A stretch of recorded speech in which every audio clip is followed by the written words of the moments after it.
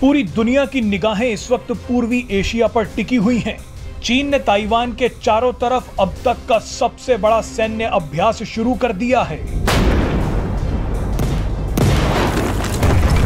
चीन ने ताइवान के पास बैलिस्टिक मिसाइलें दागी, युद्धपोत और लड़ाकू विमानों को भी तैनात कर दिया।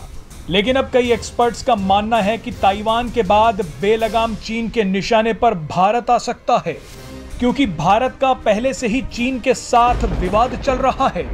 चीन ताइवान की तरह ही भारत के कई हिस्सों पर अपनी दावेदारी पेश करता है। लद्दाख से लेकर अरुणाचल प्रदेश तक चीन लगातार भारत को उकसाने की कोशिश कर रहा है।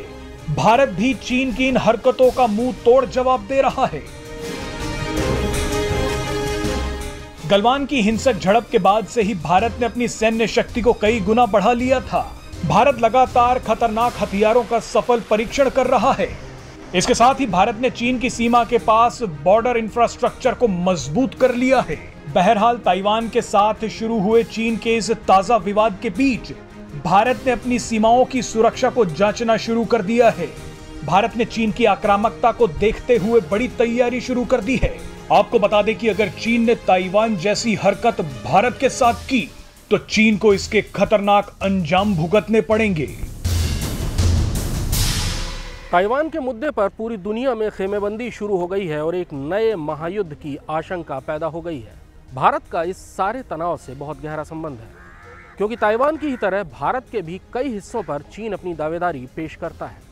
इसलिए भारत ने अपने सीमावर्ती इलाकों की सुरक्षा को जांचना शुरू कर दिया है। भारतीय थल सेना अध्यक्ष जनरल मनोज पांडे ने 29 जुलाई से भूटान का 2 दिन का दौरा किया।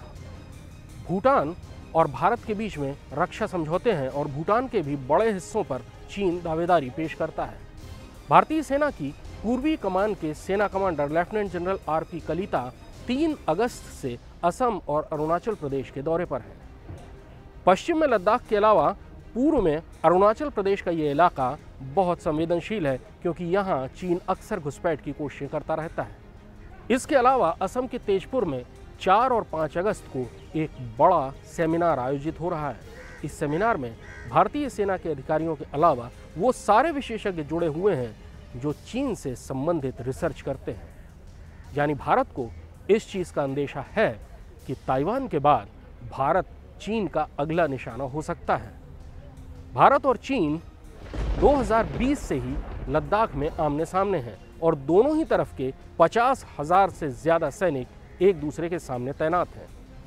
लगातार चर्चाओं के बाद भी चीनी सैनिक पीछे हटने को तैयार नहीं हैं और इसलिए भारतीय सेना भी लद्दाख में पूरी मजबूती से डटी हुई है।